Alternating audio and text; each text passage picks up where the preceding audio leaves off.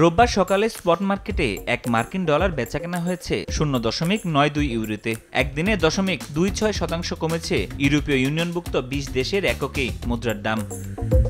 এদিকে 0.77 British pound স্টার্লিংয়ে মিলছে এক মার্কিন ডলার। একদিনের ব্যবধানে এই মুদ্রার দাম বেড়েছে 0.02%।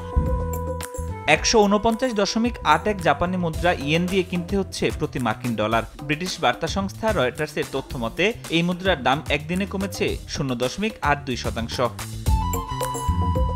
বিশ্ববাজারে এক মার্কিন ডলার কিনতে রোববার সকালে 7.26 চীনা ইউয়ান গুনতে হচ্ছে। একদিনে 0.04% কমেছে এই মুদ্রার দাম। আর 1.43 কানাডিয়ান ডলার খরচ করে কিনতে হচ্ছে এক মার্কিন ডলার। এই মুদ্রার দাম একদিনে বেড়েছে 0.08%।